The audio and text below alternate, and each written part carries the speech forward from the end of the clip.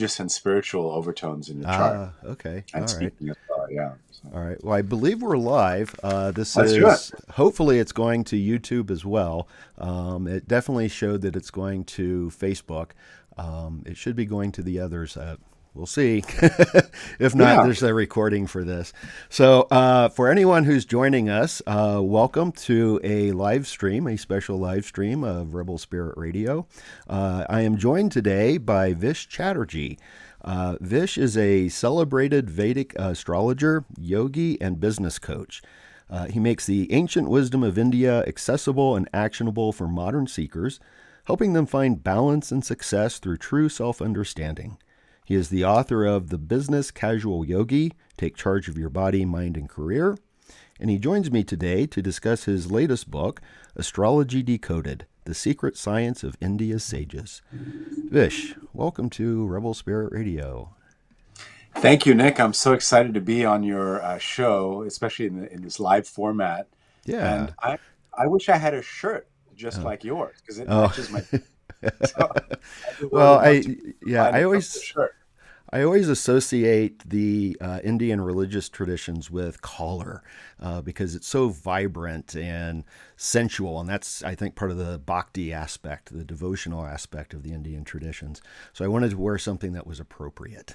Yeah, So fantastic. Yeah, yeah, it's interesting. Like in India, everything is very colorful, right? yeah, Any ritual, any ceremony, any big gathering is full of color. hmm And I used to always think, oh, India is a very colorful place, but I never understood what was the science or logic behind the mm, color. uh, But as you've been reading my book, hmm whose cover is yeah, purple, yeah. for some reason, again, that was the consciousness of the designers that came to. Yeah, exactly. It's Oh, it does matching. kind of match, doesn't it? Yeah, it's perfectly matching. So that's why I need a shirt like that. Yeah. But every color has a connection to a planet. Mm, So we have these planets that we use in the Indian tradition, and each planet has a very specific color. And so when you wear those colors, it activates those particular planets. mm, mm, And for instance, you'll see a lot of priests in India will wear yellow or orange is a very hmm typical color. And that's because that activates Sun and Jupiter energy. And Jupiter is mm, a planet of wisdom. Sun is a planet of truth and divine law or divine duty. And mm. so they'll wear those colors to activate that particular energy. So, Mm. Yeah, very interesting. And we'll get to that. I know that in my chart, I should probably be wearing black because I know I've got a lot of Saturn, but I wanted purple. But let's take a step back and talk about what Vedic astrology is and how it differs from what most people know of astrology, sort of the modern take on astrology. yeah, I'm trained as an engineer, and then I was a business executive for many years in corporate America. And I have a very skeptical mind. And so if you said the word astrology to me, if you said, "Hey, Vish, I went to an astrologer, gave me a reading," I would sort of wonder what's going on with you. Like, why are you going Yeah. to an astrologer? I don't believe in that stuff. That's Mm, all hocus pocus woo stuff. And I'd pick up a newspaper or magazine when I was young, and there's this horoscope in the newspaper, and I was like, well, I don't know if that really fits me. mm, I think it could fit anybody. And then I would read all 12 different horoscopes, and I'm like, well, they all kind of fit. So what's going on mm, here? What's this big scam with mm, astrology? So I didn't really believe in any of it until I discovered the Vedic system, mm, the Vedic astrology system. And then I started to think, wow, there's a science here, there's a logic here, there's a system here, and it passes my engineering test. It passes my mm, science-minded test. And I think the one of the biggest things I learned with the Western astrology versus the Vedic astrology is the Western astrology calculations don't actually match what is in the sky. mm, So when you say, "Hey, I pulled up my chart and it's a Western calculated chart, Western astrology," if you were to look out your window and look at the sky, the numbers don't match, the mm, positions don't match. So then I thought, well, what kind of a system is it if the underlying math or underlying astronomy is incorrect? mm, So Vedic astrology, first of all, fixes that math. It's accurate to the sky. But then there's all these other systems in India, right? There's the mm. yoga system. Right. There's the Ayurvedic mind-body medicine system. There's an entire system of mythology. There's the philosophical treatises, right, like the Bhagavad Gita or the Mahabharata. And all of these systems integrate together and become like a supportive science for Vedic astrology. Mm, So it's not sort of divorced from anything else. It's integrated in this whole ecosystem. So, and then that becomes a remedial approach, right? So if you look at a Western chart, they'll say, oh, you're blah, blah, blah. But there's no fixes. There's no way to mm, change it. It is what it right. is. But in the Vedic astrology, you have your chart, but then there's things you can actively do to manage it and improve yourself and change those underlying energies. Mm, So I call it like a karmic management approach, right? You mm. can use your Vedic astrology chart to manage your karma using all those integrated tools of the Indian system. Okay. Yeah, I was really curious about that, and I wanted to ask you about, if you can, say just a little bit more about that integration, because I found that really interested how it connects to the different kinds of yoga, the yogic system. So you noted, there's the Ashtanga, which is what most people in the United States is familiar with, right? And then there's the Bhakti yoga, the devotion, karma yoga, and knowledge yoga. So how does the Vedic astrology work with all of these? Yeah, it's a good question, and I think that's the thing in the West. I'm Western, Right. mindset, right? Yeah. Yeah. So we like to simplify everything. We're like, Mm, okay, just give me the distilled, just give me the juice, just give me the mm-hmm. the one liner, give me 3 points, and that's all I can handle. If you give me a fourth, I can't handle it, right? Yeah. And then in India, it's like, okay, here's 70 points, try and resolve them all together. Right. So, it's kind of like yoga, right? Yoga in the West, my first book was on the yoga system, Mm, the Indian yoga system. And most people know yoga as this stretching exercise you do on a mat. mm, And so it might as well be gymnastics. Like you're right. stretching on a mat, you're doing gymnastics, it's not that much different. But when you add in the other systems, okay, the mat is one limb out of 8 limbs. And those 8 limbs, like you mentioned, are called Ashtanga, eight Mm, limbs of yoga.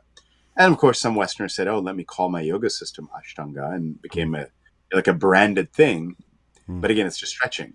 right. But the true Ashtanga is 8 limbs that start with lifestyle guidelines, societal guidelines, Mm, then postures on the mat, then breathing techniques, then getting your senses quiet techniques. mm, Then it gets into focusing on one point. Then it becomes a state of meditation. Then you have these sort of transcendental experiences.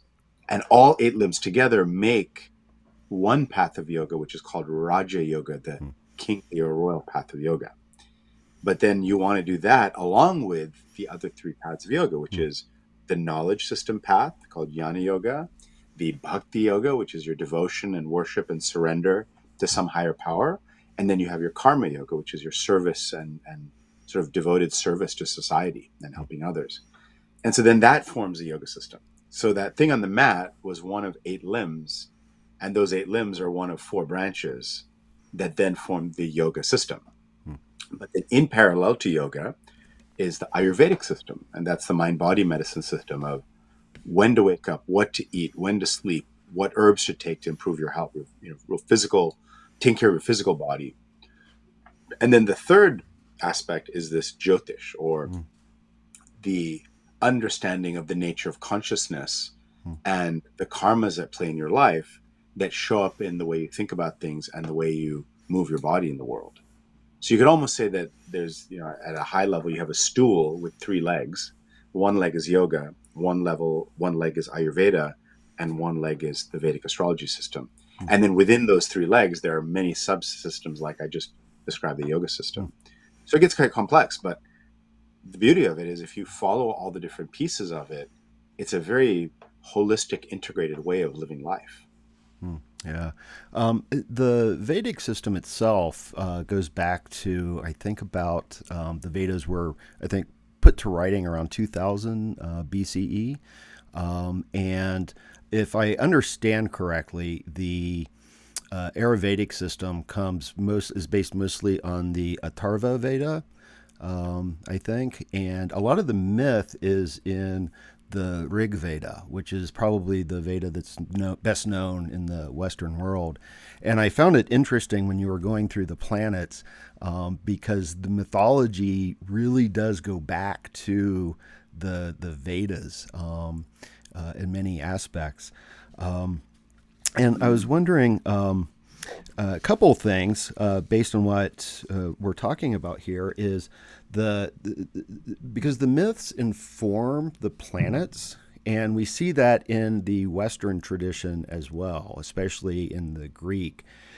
And I'm curious, when did the astrological aspect emerge? I mean, is it found in the Vedas? Is it found in the Atharva Veda? When did this system sort of originate, if we know? Because I know a lot of times these things are kind of hidden, and obscure, and we don't really know. Yeah, I mean they are the it's obscured, it's not well known, it's not well researched, and there was of course the colonization of Mm-hmm. India by two Right. different powers, right? The Mughals, the Muslim Islamic Mughals, and then of course the British for Mm-hmm. 250 years.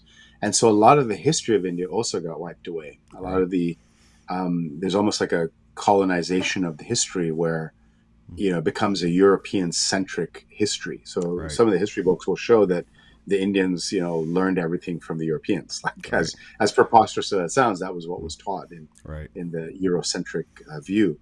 So as I understand it, there were these ancient people, the rishis, you could say, the Mm-hmm. rishis, seers or the sages, and you could, like today we talk about a medium or a psychic. These were like super psychics or super mediums, you could, and they lived, maybe 10,000, 15,000 years ago in what was known as the Indus Valley River Mm-hmm. civilization. So it was Indus River, I think near where modern day Pakistan, Afghanistan, India, Mm-hmm. that kind of northwest Himalayan region in Right. there in the base of the mountains.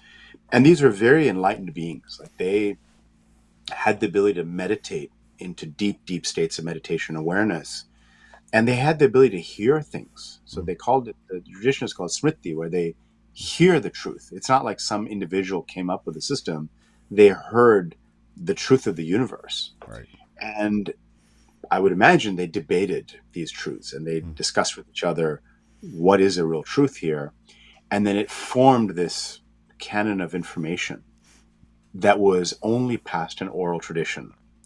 So I would say maybe 10,000 years ago, they Right. were passing the system only in oral tradition. Mm-hmm. And, if you ever have to memorize anything, if there's a story, it's easier to memorize. Yeah.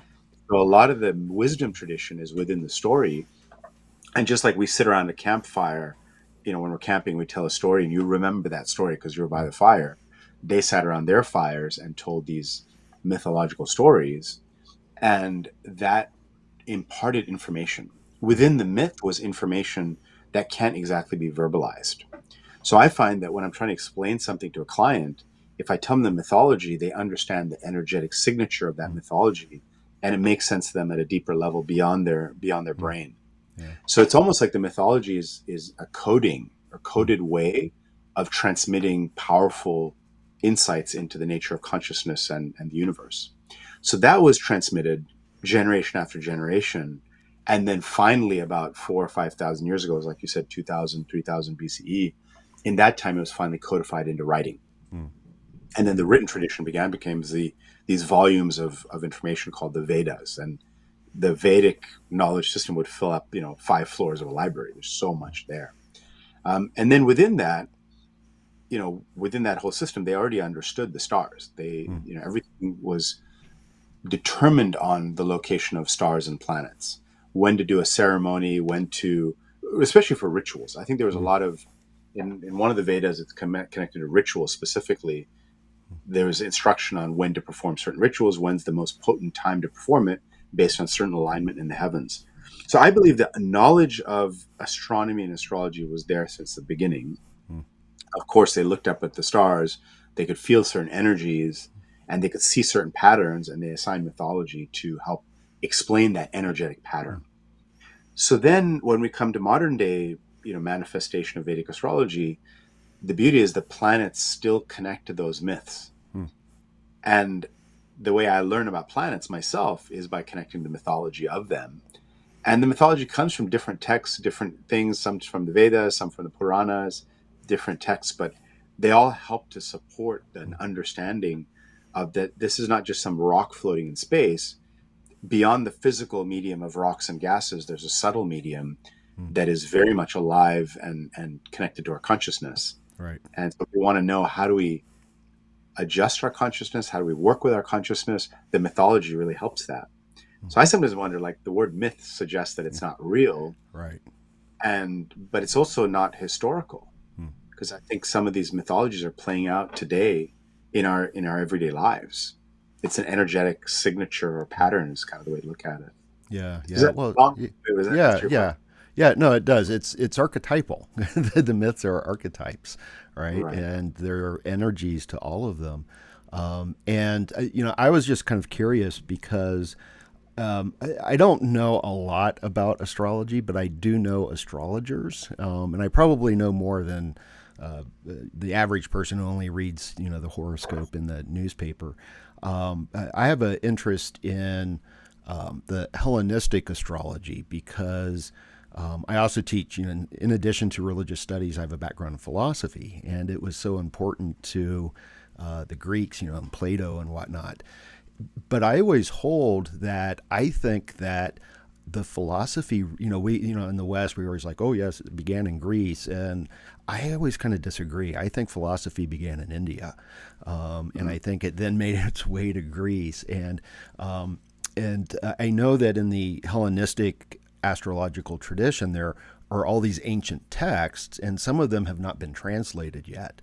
And so I was curious if there was something similar in the Indian tradition, if there are examples of, and it doesn't have to go all the way back to the Vedas or even to the Indus Valley civilization. But we know yoga goes back then. We have evidence of Mm. like one of the seals of someone sitting in a yogic position, the Yeah, the lotus position. Pashupati Yeah, seal. yeah, the Pashupati seal. But are there writings, additional writings, I guess, outside of the Vedas for the Indian astrological tradition, or is it just something that has been passed down? And in conjunction with that, you mentioned the ritual. Was this something that was the domain of like the Brahmin priests? Yeah, so these are all again depend. I mean, the historical and archaeological research is pretty scant. There's not a Right. lot out there, and so it's sort of like up to listening to different, people in my family or Mm, asking around and people in the system. There were definitely sages throughout the ages, right? mm, There weren't just the original sages and that was it. There were right. sages throughout, and along the way, there were certain sages who really specialized in astrology. Mm, So they wrote specific texts on okay. going deeper into the astrology Mm, system, right? Because again, like how much was knowledge that was only passed in oral tradition, and how much was knowledge that was actually right. captured in written form? Right. And so maybe if there's a whole pie of 100% of knowledge system, maybe only 20 or 30% of it was actually written down.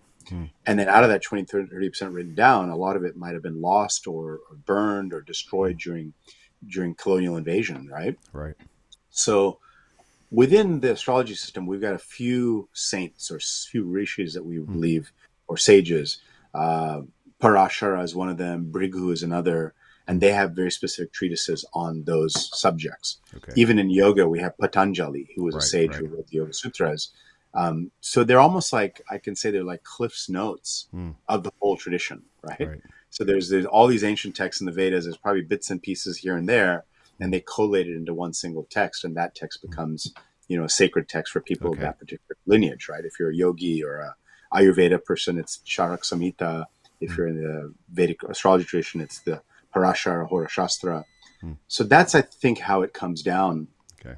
But the original question also around the Greeks and the Indians and the trading of knowledge. A guy named William Dalrymple just came out with a book called The Golden Road, and it just Mm, launched, I think, a couple of months ago. mm, And it's almost the first time I've seen, you could almost call it a revisionist, like a decolonization of the interaction between India and Rome and Greece. mm, And we have this whole thing of the Silk Road and the back and forth of these trading routes between East and West. And he's arguing that wasn't the case. It was too difficult to travel over land, and the Indians figured out how to travel by sea, mm, and they figured out the wind patterns. So there was active trading happening across sea routes mm, between India and Rome specifically is what the part of the book I'm at now.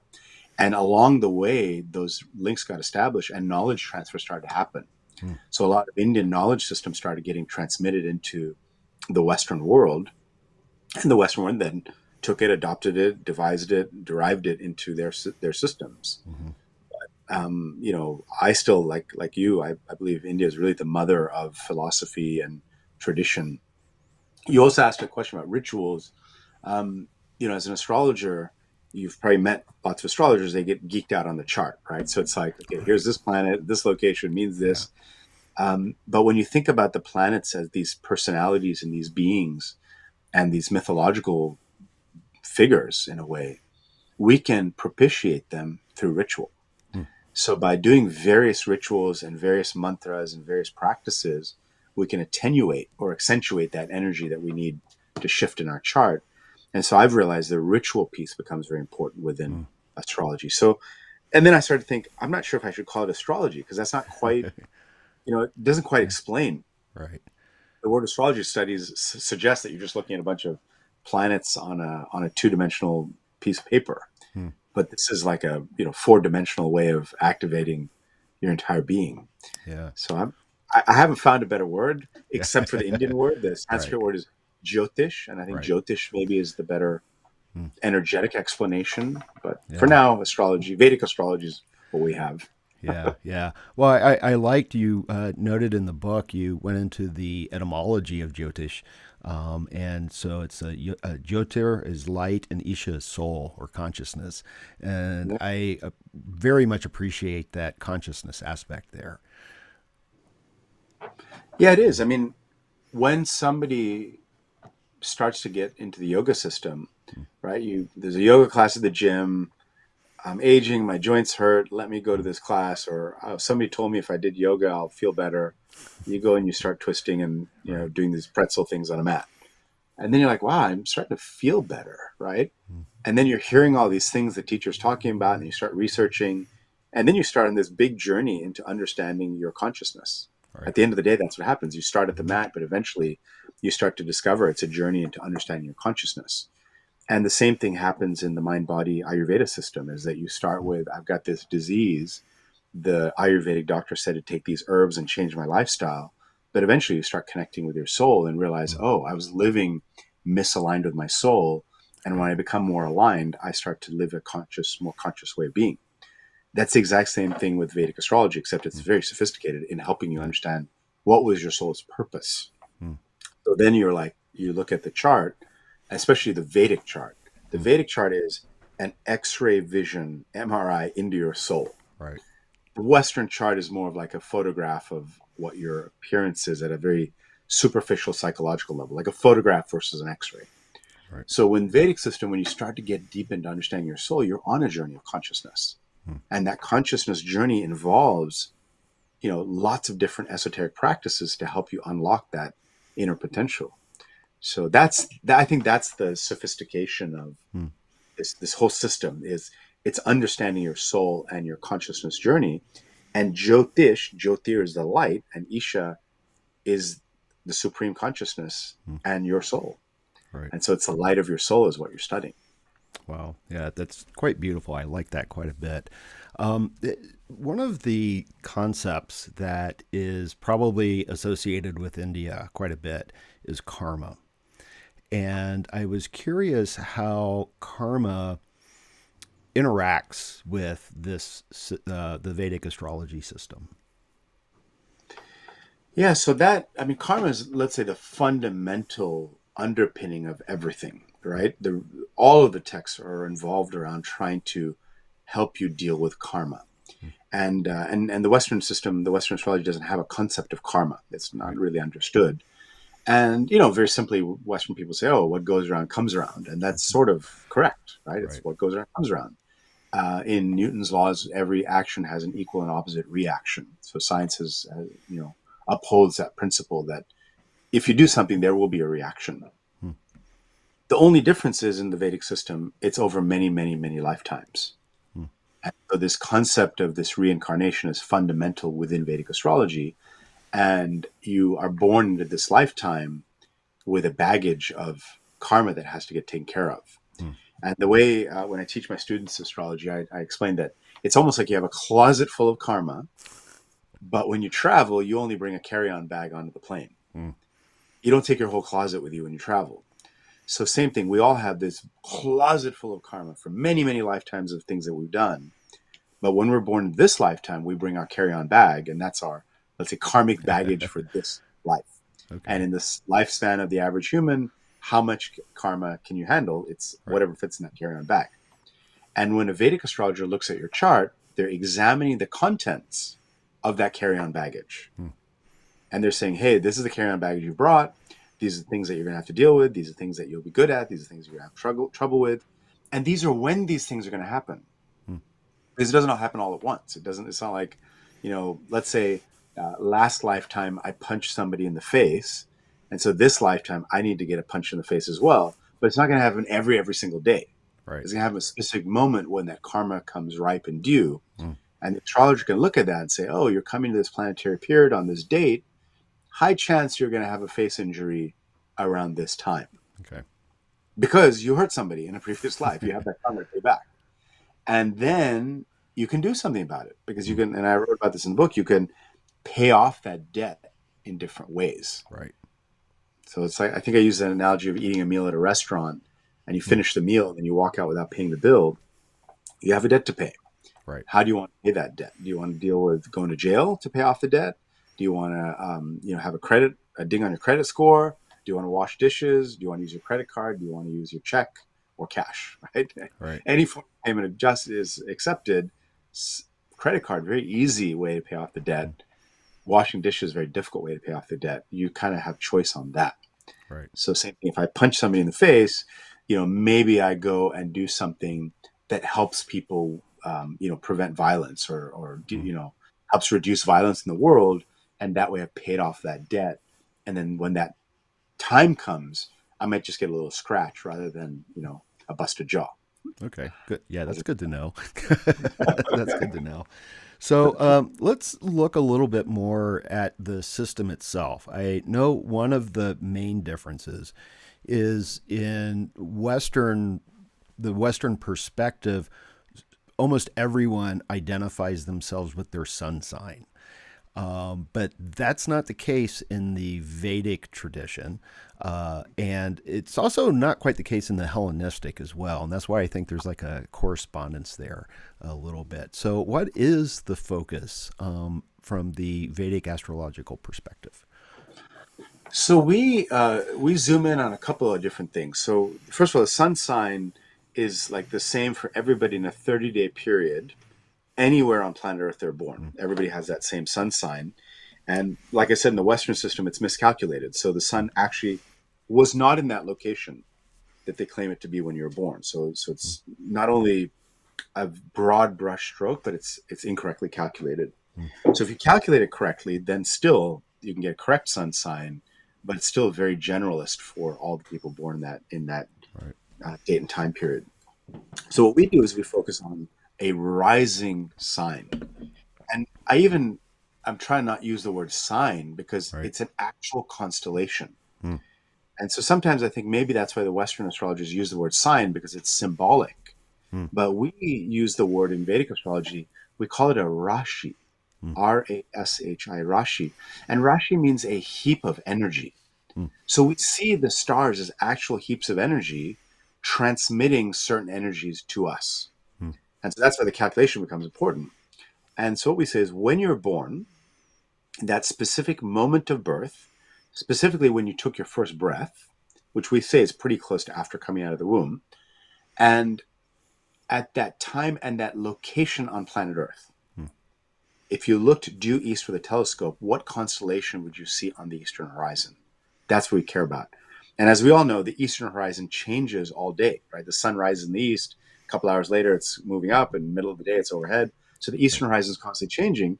And that eastern horizon is different depending on where on planet Earth you are. Mm. Sunrise is different in different parts of the Earth.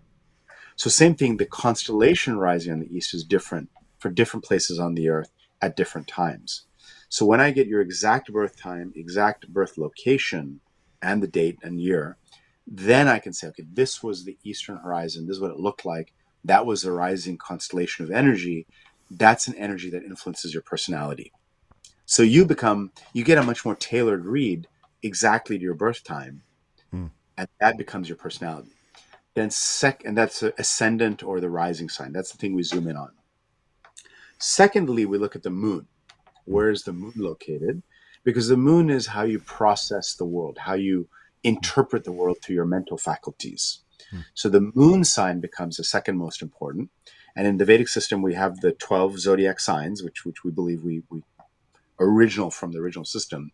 But we also have 27 more distant constellations called nakshatras. Hmm. And those distant constellations, that's beyond the scope of my book. My book is Right. obviously an intro level, like for everyday people to kind of get a Right. little bit of on ramp into this ocean of Jyotish. But the nakshatras are sometimes translated as your birth star. Hmm. So in India, we all know our birth star, Hmm.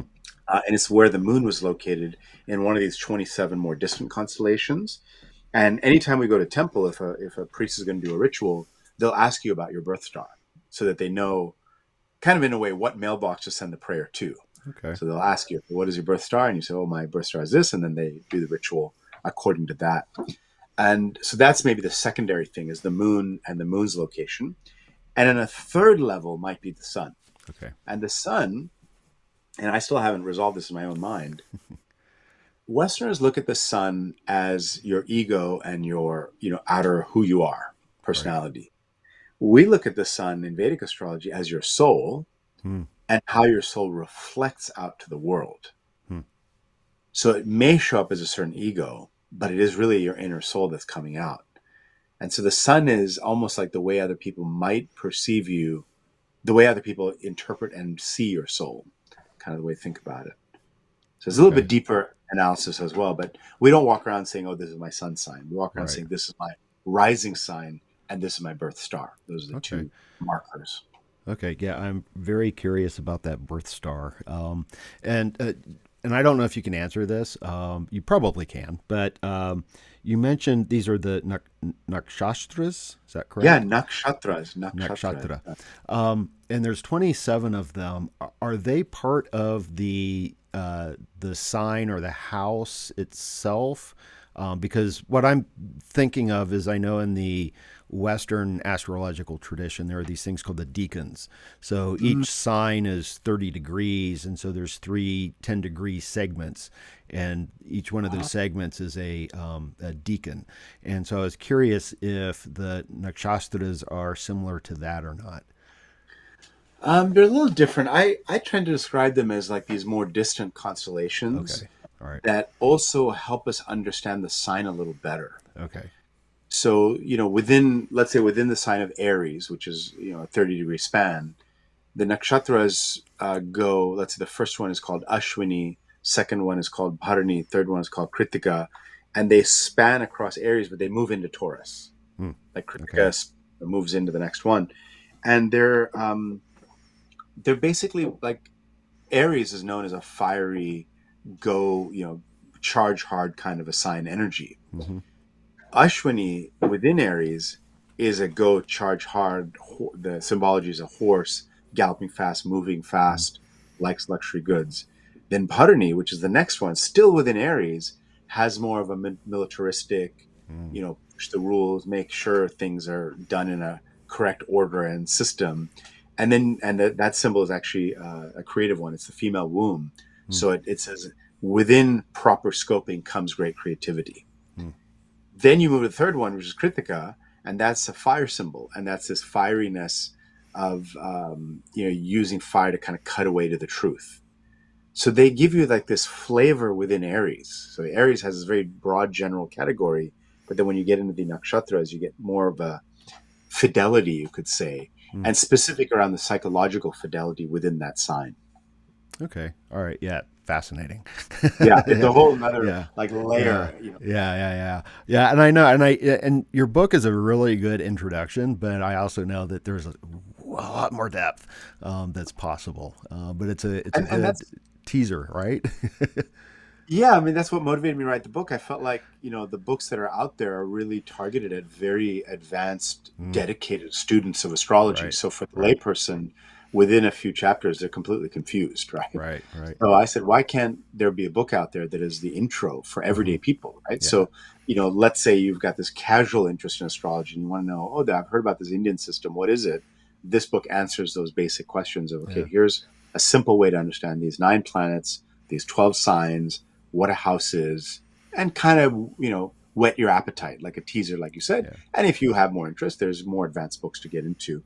And also for clients of astrologers, right? Like, and for astrologers who have clients who are saying, hey, I really enjoyed this reading. I really enjoyed what I learned here. Where can I learn more? And there isn't really a good resource. So Right. this becomes that book that an astrologer could recommend their clients, or a client who is very intrigued with Vedic astrology could take that book and have a more um, sophisticated interaction with their astrologer, Right. right? Right. Yeah. Um, so you just mentioned the 9 planets, and I think it's important to note that these are not the 9 planets that we're used to. So the Vedic astrology does not consider at least traditionally, I don't know if they're incorporated now, but the outer planets that were discovered later. So, Uranus, Neptune, and Pluto. And so, just like in Hellenistic astrology, the sun and the moon were considered planets. And so then you have the 5 planets, and Saturn's the last one. But there's also, and this is what I wanted to ask before we get to a reading, the Rahu and Ketu, the North Yes. Node and South Node. And I think those are important. I think that this is one distinction where the Vedic astrology is rather different than Western traditions. So I was wondering if you could talk about them. Yeah, well, you're wearing Rahu's color, so that's what's Ah, very fascinating. So Rahu's color is typically purple, okay. and Rahu is connected to royalty and fame and social media Mm, and video, and exactly what we're doing here is a Rahu type of interaction. So okay. and you'll see that in royalty, purple is a color associated with royalty because the Mm, king rules over the material lands, right? mm, They don't rule the heavens, but they rule the material land. So Rahu is connected to that. And in Vedic astrology, we use the planets that you can see with your eye. So there's right. 7 planets that you can see with your naked eye, and we call the sun a planet. Mm, We don't use the word planet; we use the word graha. right. Graha, and graha means almost like the root of the word grasp in Mm, English. That the grahas are graspers that seize your consciousness in some ways mm, and direct you towards certain paths depending on their power and their strength.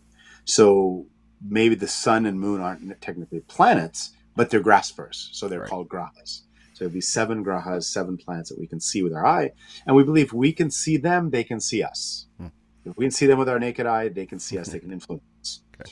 The outer planets are, I think, from a consciousness point of view, it was known, but they are more like influences on overall societies, Mm, overall, revolution of society kind of planets. right. But for an individual, and Vedic astrology is designed to help the individual, it's more of the planets you can see affect the individual. And then we have Sun, Moon, Mars, Venus, Jupiter, Saturn, the typical planets you know. Then we have these 2 points called Rahu and Ketu. And astronomically speaking, they're just places where eclipses take place. Mm, In Western astrology, I think they call it the North Lunar Node mhm, and the South Lunar Node, but there's nothing beyond that. It's just a node. right. But in the Vedic system, we say, okay, these are places where an eclipse can take place. The sun, on a full moon day, there's an eclipse that can take place, or a new moon day, the sun can get blotted out by the moon. It's an Mm, eclipse point. And these two opposite points of space are Rahu and Ketu. But it's the mythology of them that makes them understandable. There was a war between the gods and the demons, right? This huge mythological battle. And the demons were winning and the gods were losing. And so the gods finally said, we're about to get annihilated. The universe will get plunged into darkness. Let us go to the Supreme Lord Vishnu and ask for salvation. What can we do? How can we survive this almost total annihilation that's coming our way? So Vishnu said to the gods, well, it looks pretty bleak. You're about to get annihilated. I don't know what to tell you. But there is a pot of nectar of immortality, the Soma, the Amrit. mm, And this pot lies at the bottom of the Milky Ocean. And if you can churn up the ocean somehow and get this pot to through buoyancy to rise to the surface, and you drink this nectar of immortality, you'll be immortal and you won't die, and the universe will stay in light and happiness forever. Right? So the god said, okay, well, how do we get this nectar? And Vishnu said, well, you got to churn the ocean up, and you're too weak to do it. So you need to employ the demons. You need to form an alliance with the demons and work with them to churn up this milky ocean. And so this part of the mythology explains that in order for us to get salvation, we have to work with both our lower forces and our higher forces. We have to work with our materialistic, sort of lustful, greedy natures, as well as our higher order spiritual powers. Gods and demons have to come together. So they came together. They got a hold of a mountain, stuck it in the Milky Ocean, the ocean of milk, kind of like the Milky Way galaxy, and the pole stars is where the mythology, is represented. And then they took the snake and wrapped it around the mountain. The gods, being the losing party, got the tail end of the deal. The demons got the head. And they started pulling and pushing the snake, rotating this mountain, and churning up all this milk that started to turn into cream. And things started to rise up from the depths of this ocean. And the first thing that arose was a bunch of poison that almost annihilated the universe. And that poison, Lord Shiva came and said, don't worry, I'll take the poison. He took the poison, held it in his mouth, and turned blue and saved the universe, right? So again, when we start going through these churning periods of our life, the first thing that comes up are poisons that can almost destroy us. Then finally, some jewels started coming out, some treasures, the goddess of prosperity and wealth started coming out. And then the doctor, the Lord Dhanvantari, the founder of Ayurveda, came out of the ocean holding the scrolls of Ayurveda and this pot of nectar. And so then the gods and the demons are like, oh yeah, let's get our share of the immortal nectar. And the demons got very excited. And Vishnu showed up disguised as a pretty beautiful maiden. And the lustful demons got tempted away and were instead given a pot of liquor. So and they become intoxicated and lost track of what they're trying to do. So that's again a warning that you can get tempted away with booze and drugs and lose sight of your true nature, of what you're really trying to do. And so that's what happened to the demons. But one demon was very smart and said, you know what? I see through this ploy. I'm going to sneak in, disguise myself as a god, and I'm going to drink the nectar as well. So that demon came in looking like a god. That goblet got passed around, and he got to drink the nectar and become immortal, along with all the other gods. But the sun and the moon, the planets of light, said, you know what? I think this disguise, I can see through this disguise. This is an imposter here. So Vishnu reappeared, took his discus through it, and chopped the demon at the throat. But it drank the nectar. So the head became immortal and the tail became immortal. But because the sun and the moon are the tattletales, the head and tail are always trying to swallow up the sun and the moon. So if you think of an eclipse, it's like the moon got swallowed up, but it came out the other side. Or the sun got swallowed up and it came out the other side. But who was doing the swallowing? It was our own shadow. Right? Astronomically speaking, it's either the Earth's shadow or the moon's shadow that's doing the eclipse. Right. So Rahu and Ketu are considered shadowy planets. They're shadows. They're not really there. They're shadows of our consciousness. Right. And Rahu is the head and Ketu is the tail. So Rahu ruled everything in our lives that we want more of. Materialism, material things that we want more and more and more, but we're never satisfied because there's no body. It's just a head cut away. And meanwhile, the tail is cut away from the body and says, you know what? I'm out of here. I don't want any of this. So right. Ketu is the losing of things. Like, I'm out of here. I don't need this anymore. And so these two parts of a chart rule how we interpret past lifetimes, future lifetimes, what we need to lean into this lifetime, and all connects to this churning mythology. And everyone has this churning time sometime in their life. And so if you get deep into that mythology, it starts to explain the energetic pattern you go through when you go through churning periods of your life.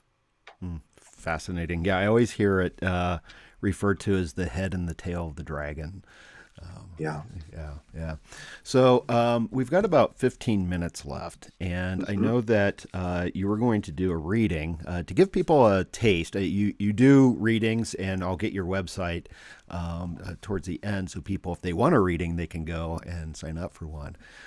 But we're going to give them a taste, and I think that you've got my birth information. So why don't we go there and See what Yeah. happens. Yeah. So I've got it in the background. You've got Yeah. your birth chart. Yeah. And there's a few interesting things that are fascinating. I mean, the little bit that I know of you, and you can confirm what I'm Yeah. saying. So, first of all, based on the Vedic calculation, at the moment of your birth, if you were to stand by the hospital and get a telescope and look east, you would see the constellation of Aquarius. Right. So you're an Aquarius rising, Hmm. and as you rightly said, Aquarius is ruled by the planet Saturn. Right. So we never think about a zodiac sign without its planetary lord.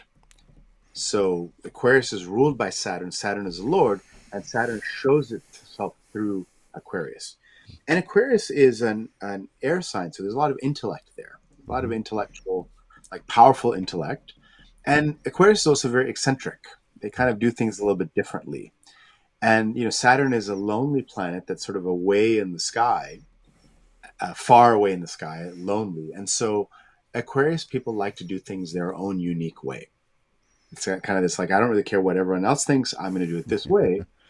But it's also as a way to be the innovator in society, to take society to the next place. And even we talk about in Western astrology, talk about the age of Aquarius coming, Right. and that suggests this newfound way of humanity, right? So that's definitely the Aquarius piece. But then we also see if Aquarius is ruled by Saturn, where does that Saturn go? And in your chart, it goes into the second house, Mm. and it's retrograde.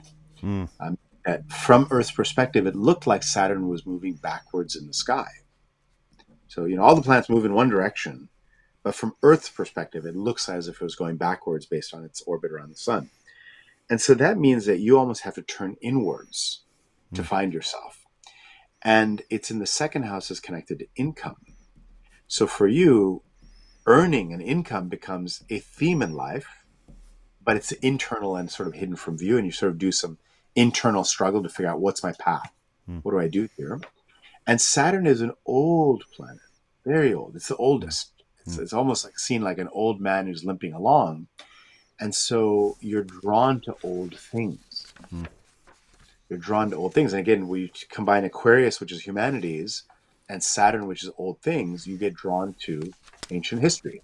And so that's what I think you studied a lot to do with ancient history, ancient civilizations, Yeah. Yeah. ancient cultures. So that's kind of interesting. So how's that lining up so far? Pretty good. Does it also explain with Saturn being retrograde in the second house, not having enough money?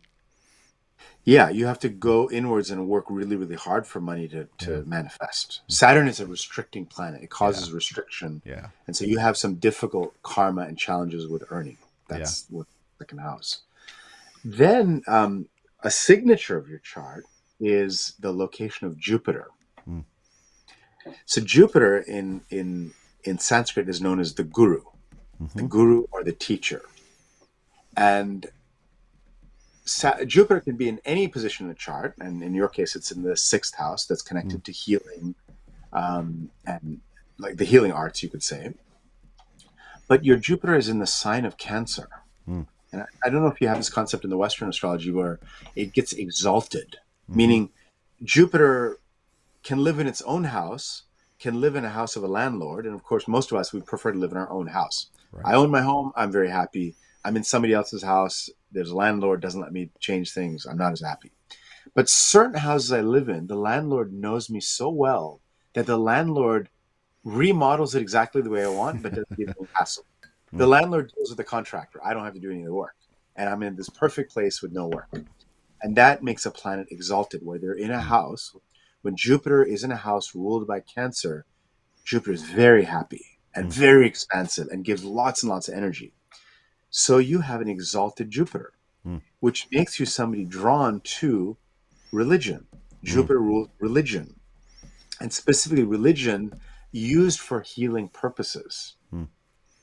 And the landlord of Jupiter is the moon, and the moon goes into your 10th house of career. Mm. So you have a career that has something to do with using religion and old traditions to heal people.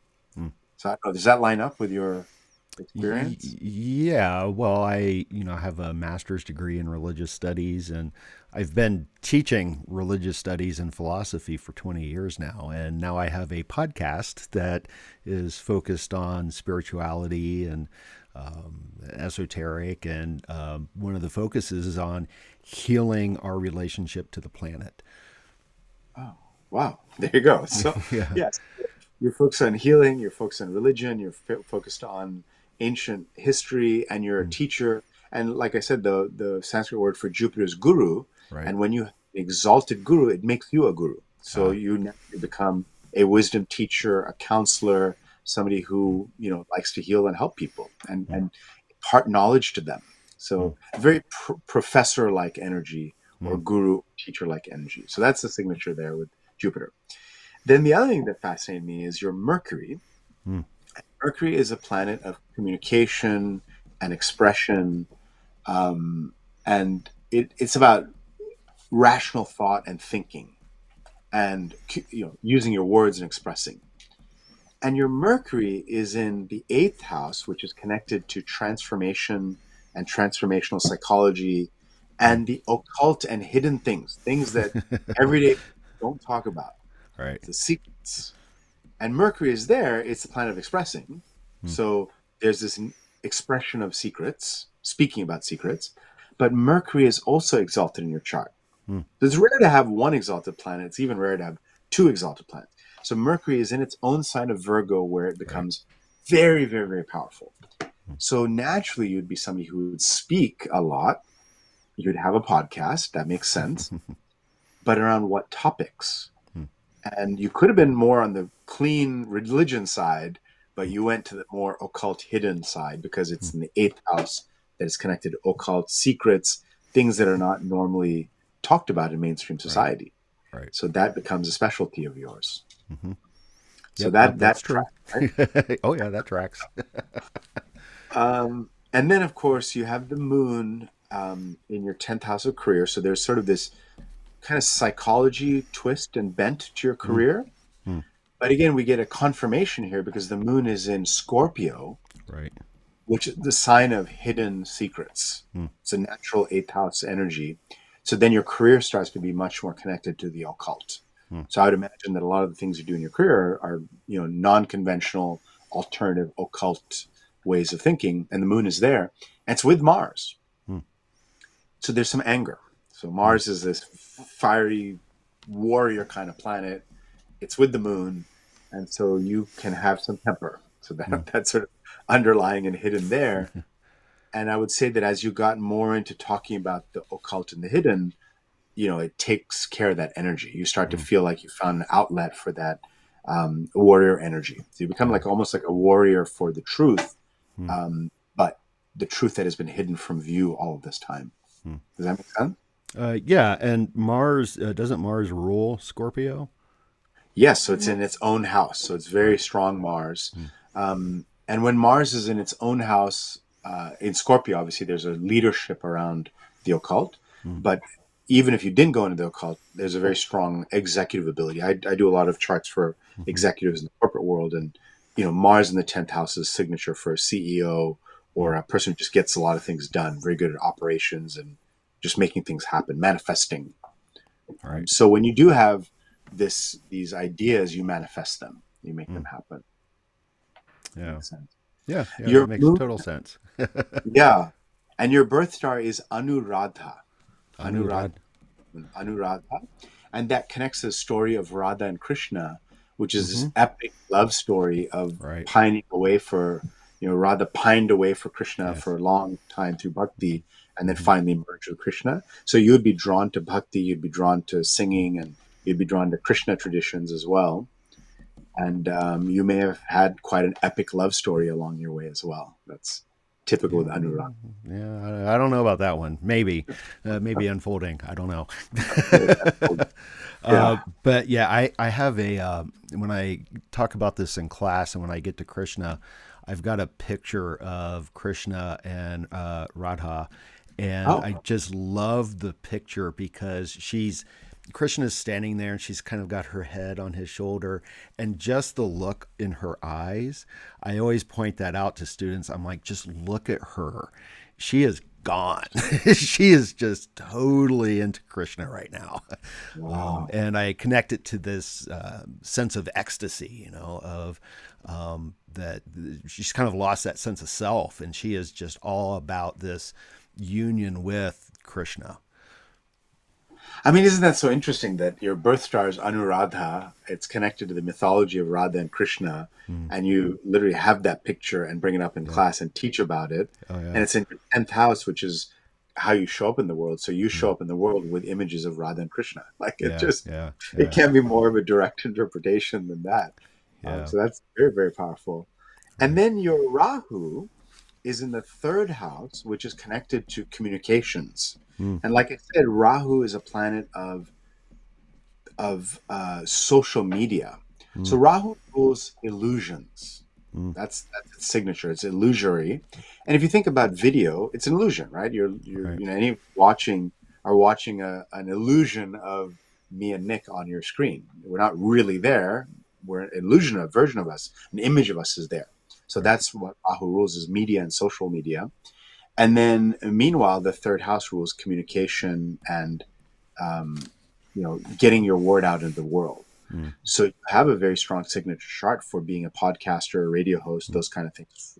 Definitely being involved with social media, and you enjoy it. Like it's Mm. something that sort of you can almost get obsessed about because Rahu can't get no satisfaction.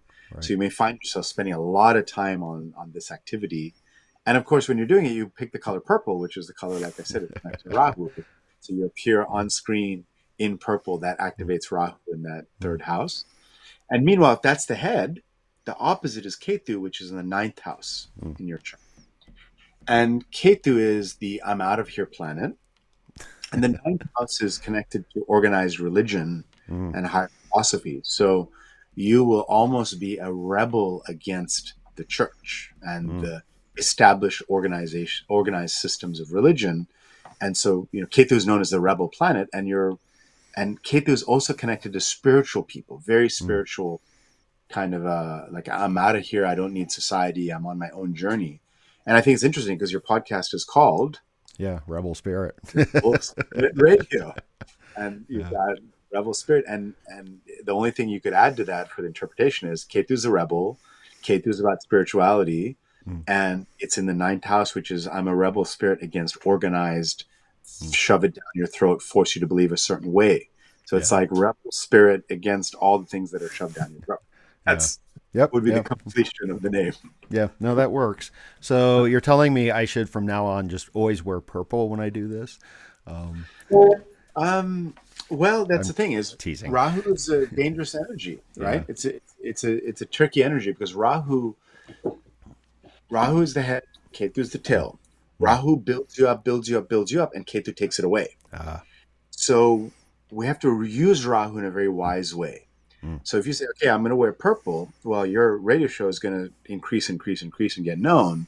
But if you lose your head in Mm. that, like Rahu's in Right. that, then Ketu comes and takes it all away. Okay. So we have to use this energy. Yes, wear purple Yes. for sure. It's going Okay. to help spread the word, spread your Okay. media success. It's a great Mm. color. I mean, the book ended up becoming purple Mm. with gold and silver, which is sun and moon. Mm. But then we both have to be grounded that we Mm. don't lose ourselves in the material fame and fortune that comes with Right. Rahu, Right. because then Ketu comes and says, okay, I'm going to take it all away. Yeah. So the Yeah. two have to be balanced, right? Yeah. Yeah. Of course. Yeah. Everything's got to And you be mentioned balanced. exactly. You Yeah. mentioned wearing black, right? Yeah. So black activates Saturn, Mm.